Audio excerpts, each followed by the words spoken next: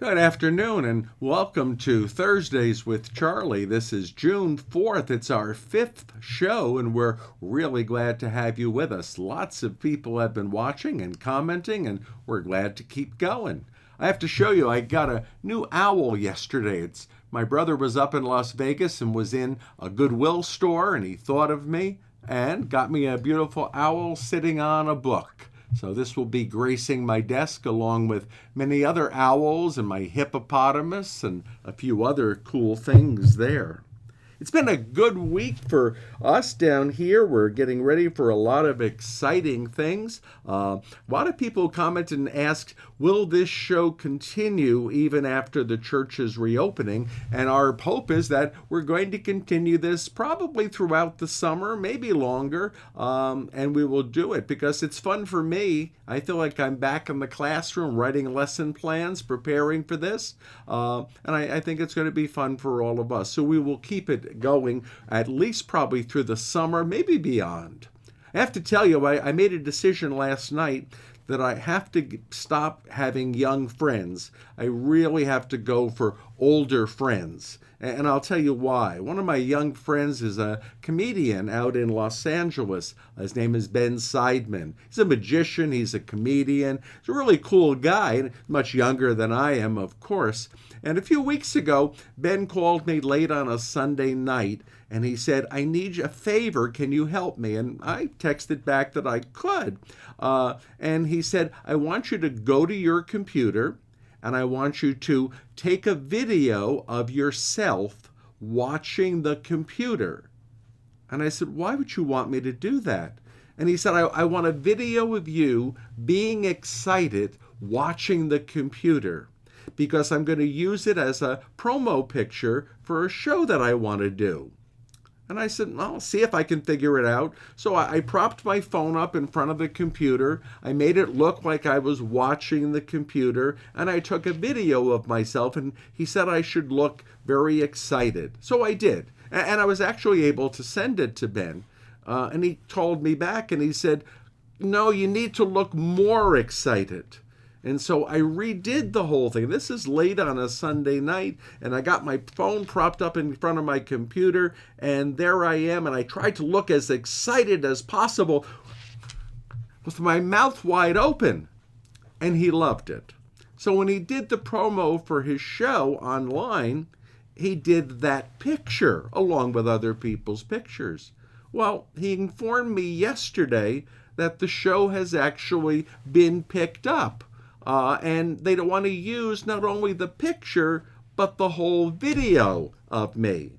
And I said, okay. And he said, I need a release for the video. You have to sign it. And I said, okay, send it to me. He says, well, I'm going to email it to you, and you can sign it by online, and then you get it back to me that way. I spent 2 hours last night trying to figure out, first of all, how to get this document, secondly, how to sign it online, third, how to fill it out, and then I could not get it back to him. And after 2 hours, I was really, really frustrated. So I am going to figure out how to do it. It may involve printing it and putting it in an envelope with a stamp on it, but I will get it back to him. But I think I need older friends who use older means of communication to help me out over here. This is an exciting day for me. I said, it's my mother's birthday. June the 4th is my mother's birthday, so I went rummaging through some old pictures. I don't know how well you'll be able to see them, but this is an early picture of my mom, my dad, and me. It was probably taken about 1953, 54, somewhere in there in New Jersey.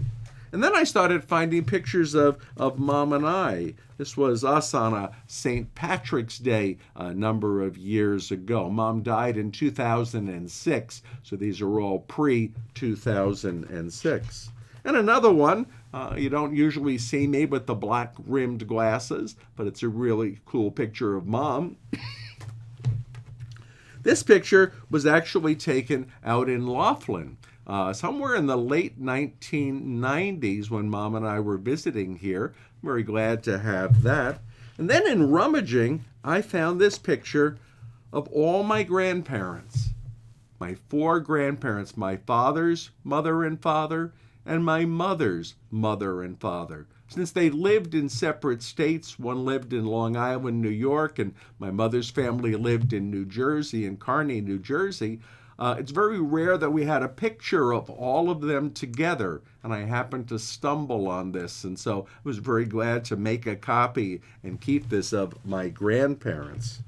And then if you get our mailing, this week you got the picture of Mom and I with Phyllis Diller, comedian Phyllis Diller. This was taken in 1987 on my mother's 75th birthday. I wanted to get her a surprise gift, and my mom loved Phyllis Diller's comedy. And I saw that Phyllis Diller was going to be appearing in Atlantic City, New Jersey. So I wrote a letter to her. Remember, 1987, prior to massive use of the internet. And I got a phone call back from Phyllis Diller's secretary. And she said to me, she said, Miss Diller would be delighted to celebrate your mother's 75th birthday. So when you come to the show, we've made arrangements for you to come backstage and meet Miss Diller and spend some time with her. So I took Mom to Atlantic City. We went to the show, which we loved. And then after the show, we went backstage. And I don't know how all celebrities are, but Phyllis Diller was a sheer delight. She said, birthdays are something that must be celebrated. They're wonderful. And she spent almost an hour with Mom and I backstage. It was wonderful. It was a perfect birthday. And she was a delightful person to be with. In fact, it only ended because I said to her, I said, Miss Diller, I said, I'm sure you have to get ready for your next show tonight. There were 2 shows that day. We should really be going. But there was no rush. There was no hassle. She was delighted to spend time with us, and we were delighted to spend time with her. In fact, when she did the show that we were at, and she knew that I was a priest and that I was going to be at the show with my mom, she did what I think was a comedy bit just for me. She did a joke, and she started talking about the people she feels sorry for. And she said, you know the people I feel the most sorry for? And everyone's kind of like, no. And she said, I feel sorry for the priests in Montreal, Canada.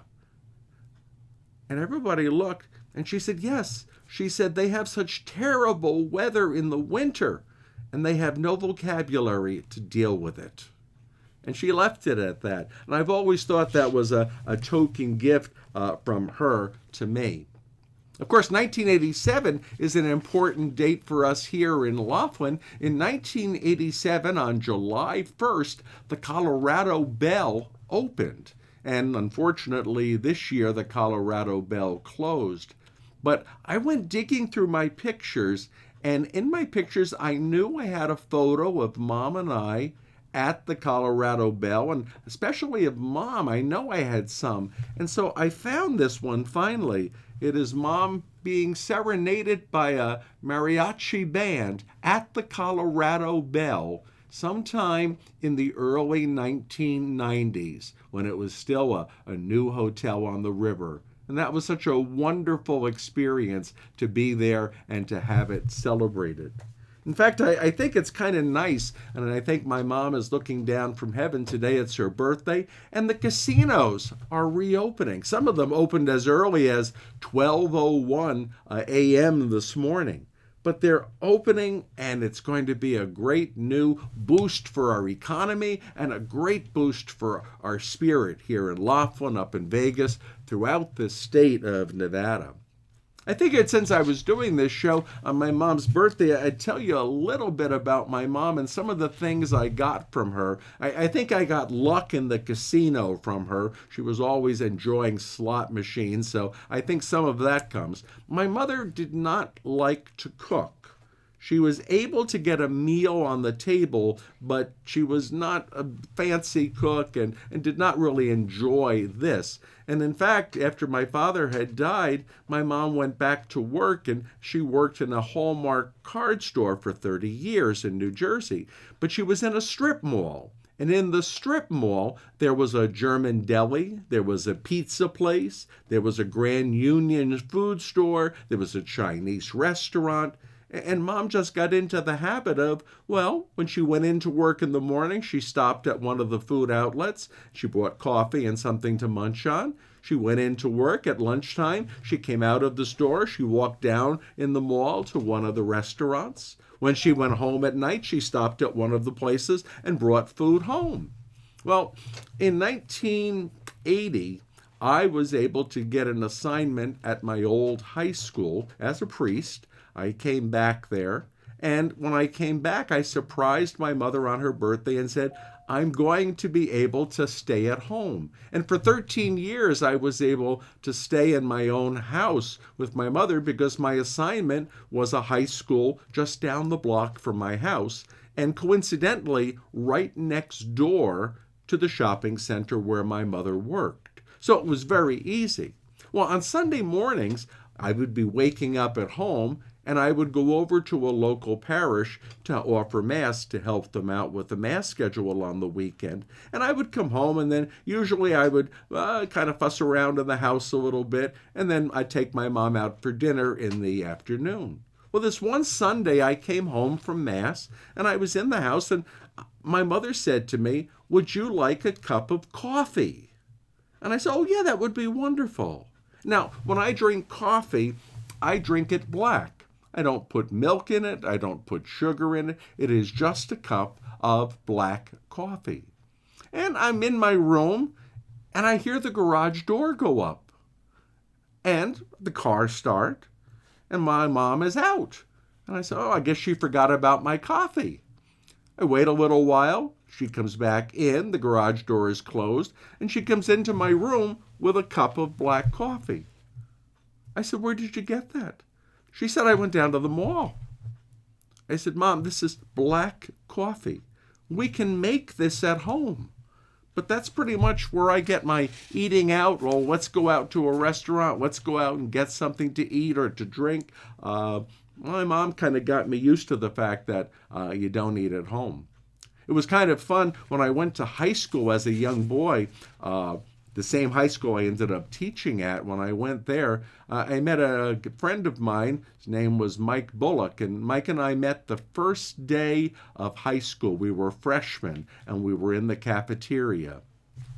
We had lunch together, and Mike's mom loved to cook. Oh, she loved to bake. She made the best lemon cake around at the time, and she did all sorts of wonderful things.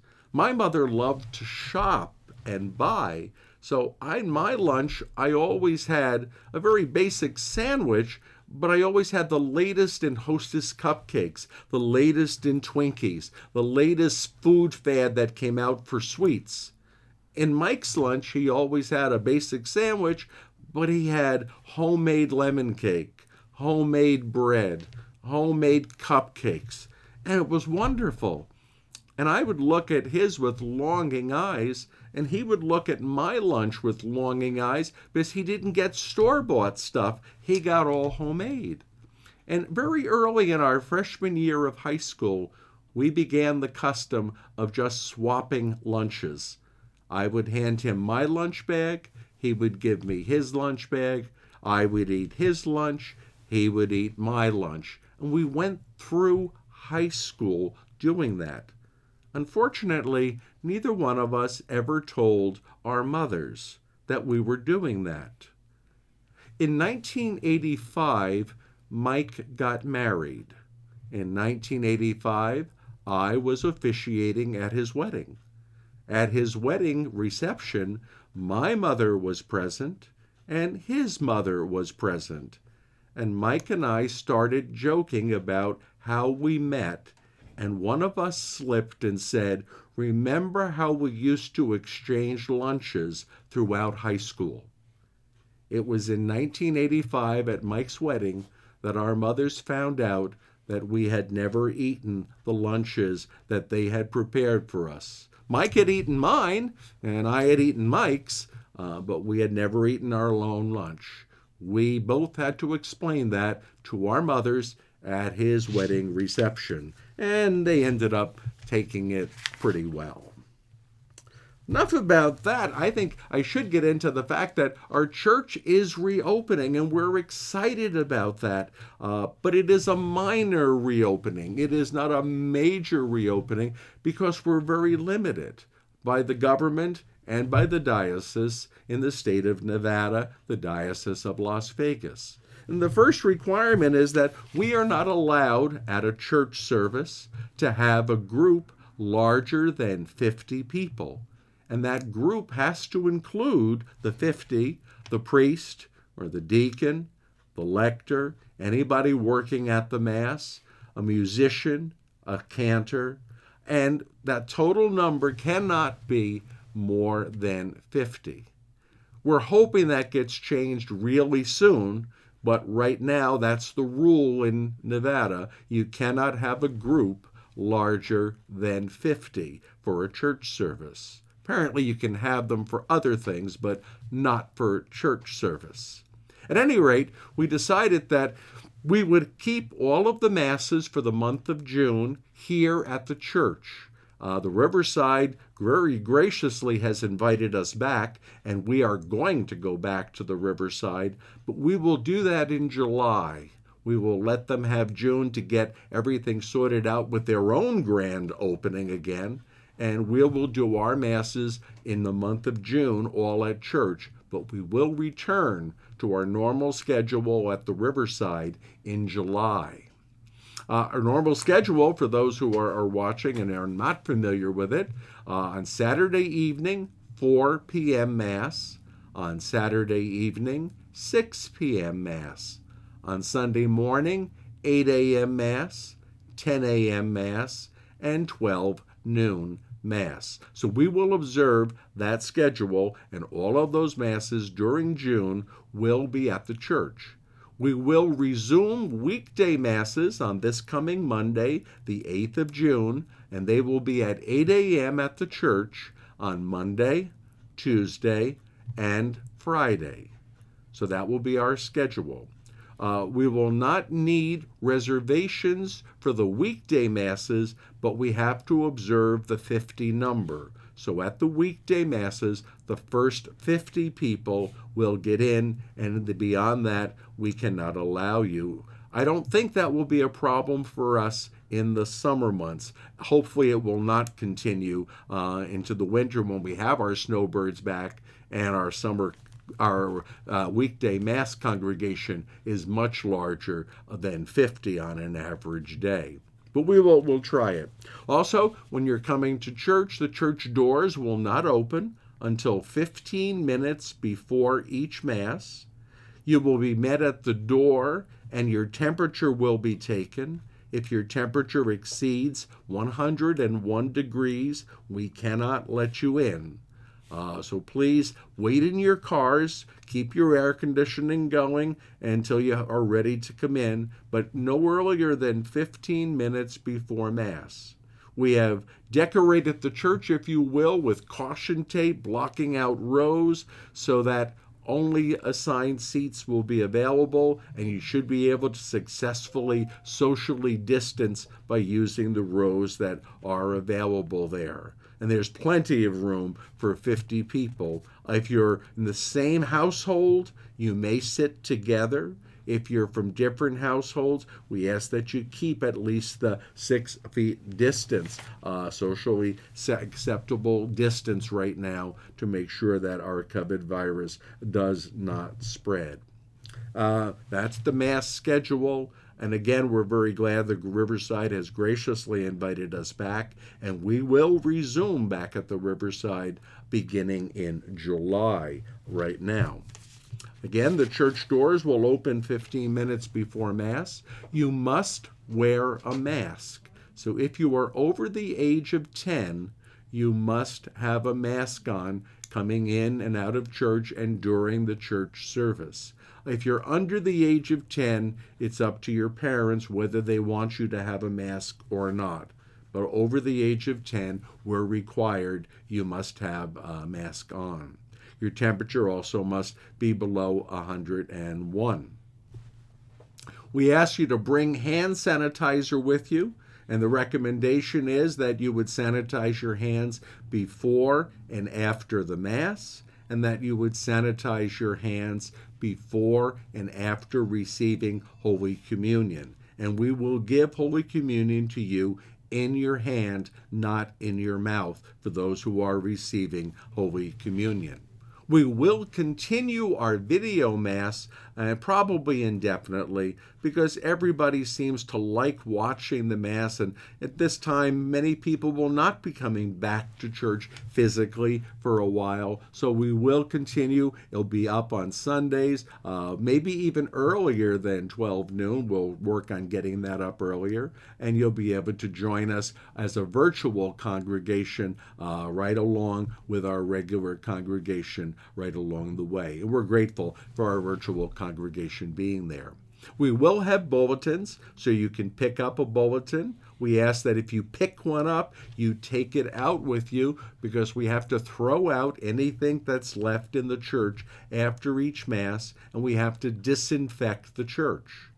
For most Masses, we will have a cantor and a musician. So we will have music and singing for most Masses, but we are not allowed to have worship aids yet. So it'll only be songs that hopefully many people know, and we'll get to know them, and we will do our best to sing. The requirement is that we do move you in and out of Mass as quickly as possible without physical contact, so that nobody comes down with the virus, nobody is bothered, nobody is contaminated in any way. In fact, the suggestion was made that 35 minutes in and out will be about the thing. So the sermon will be very short, and the music will be very brief.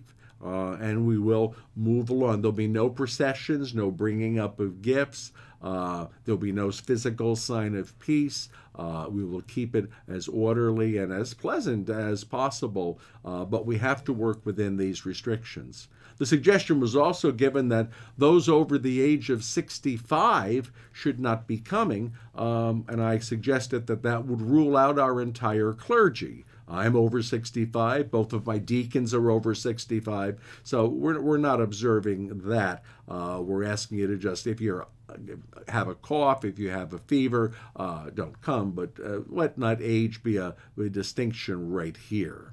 Hopefully it'll be enjoyable, and hopefully this will be temporary, that we will be able to go back to full service, regular services at the church, whatever capacity would be coming in. And we hope that you will join us. I know there are people waiting for First Communion. There are people waiting for confirmation. There are people waiting for baptism. All of those will be scheduled after we can go back beyond this 50-person limit, because we want you to have people present for those celebrations in your family's life. So those will be scheduled after we get back beyond this 50-person limit. We are not allowed to pass collection baskets, but that doesn't mean we won't have a collection. So there'll be a box in the back of the church for all of your collection envelopes and all of your donations. You can just put them in either when you're coming in or when you're going out of the church. Don't worry about first or second collection. Everything will go into the one box. And the way we're figuring to work it is, if it's in an envelope, it will go to what the envelope says, first collection or second collection. If it's loose cash, we're going to take 80% of that for the first collection, and 20% of that will go to the second collection for that week, whatever it is. Now, the problem or the hindrance in all of this is, in order to achieve the 50 people, we are going to have a reservation system in place. And the way the reservation system will work, as I explained at Mass last weekend, is this. On Thursdays and Fridays, between the hours of 9 a.m. and 3 p.m., you may call the church office Thursdays and Fridays, 9 until 3. The number is 702-298-0440. 702-298-0440. You must speak with a live person. You may not leave a message. I realize this is cumbersome, but I think it's very temporary. I think there's only going to be a few weeks we're going to have to do that. You may reserve up to 3 seats. We need the names of the persons who are going to be occupying them. And once we reach the number 50, we cannot take any more reservations for that Mass that weekend. We will repeat the process for the following weekend. So some people who were able to come one weekend may not be able to get in the following weekend. But again, I hope this is temporary. I hope this will not go on. We'll be able to have open coming in. Mask must be worn and hand sanitizer before and after Mass, before and after communion. Weekday Masses were limited to the 50, and so what we're going to do with weekday Masses, we open the church 15 minutes before. As you come in, your temperature will be taken. Your mask will be on. The first 50 people, again, including the deacon and the celebrant and the lector, make up that 50, will be allowed in, and then we are not allowed to have anyone come in late, and we are not allowed to have anyone above the 50. So when the 50 is reached, or whenever Mass begins, whichever is first, the doors will be closed and you will be asked not to enter until the following Mass. At the end of Mass, we'll ask you to exit through the doors of the church, to go out as quickly as possible, because we have to disinfect the church prior to the following Mass so that we can be ready for the people coming in. It's a bit of an effort, but it really is worth it. And as I've said throughout this thing, we are going to get through it. That being said, we have one more thing to mention, and that's there's a scam going around. It's an old one, but it's back. And it seems to be making the rounds through the Knights of Columbus right now. Somebody has hacked into a list, and they're sending emails from a fake email address, and they're asking the Knights or whoever receives these emails, it's sent in my name, and it's Father Charlie. I am busy at a series of meetings and I can't get out. I need you to do me a favor. Would you buy me $700 worth of iTunes gift cards? You can buy either 7 $100 ones, or you can buy 14 $50 ones. And when you get them, scratch off the back and send the codes to me. They are for 10 women who are cancer patients in the hospital. Now, I think that sounds kind of shaky anyway, but please, it's a scam. It is not my email address. Please do not respond to it, because you are exposing your address books to it. Please do not buy the iTunes gift cards. Please, just if you could, let me know that it's happening. I will report it, as I have been doing, to the police.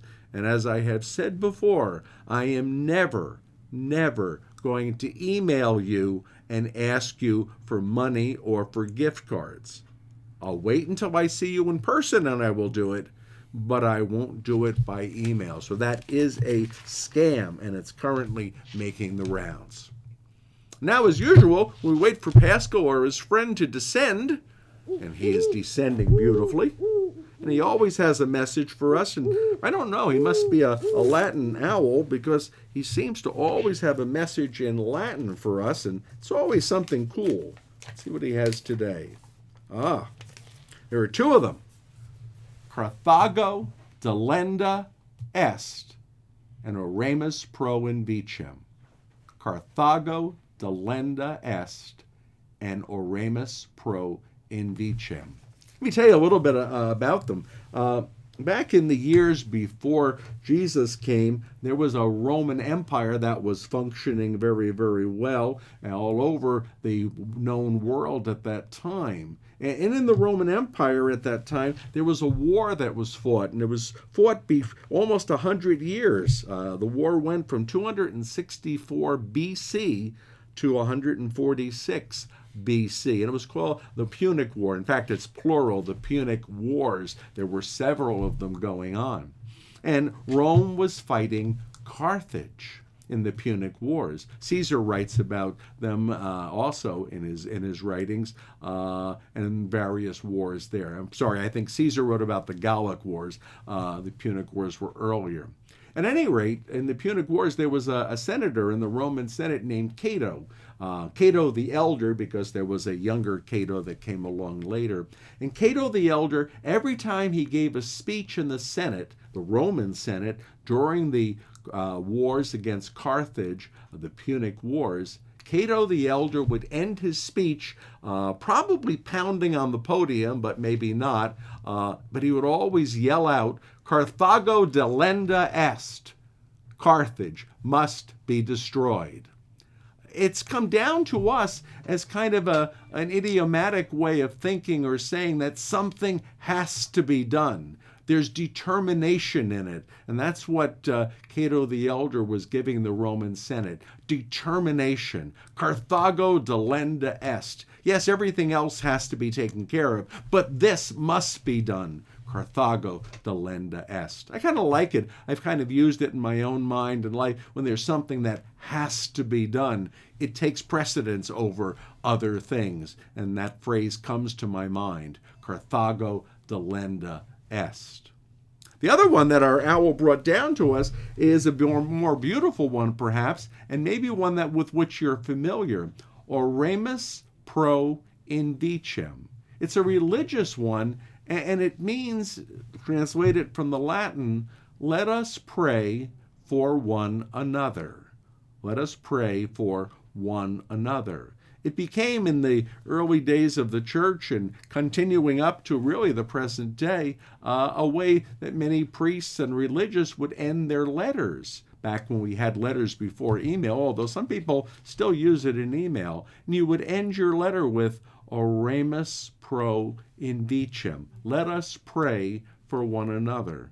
At this time of the violence happening in our own nation, at this time in the coronavirus still having an effect in our own nation, that is probably a good sentiment to observe. And so, Oremus pro indicem. Let us pray for one another. God bless and have a great week.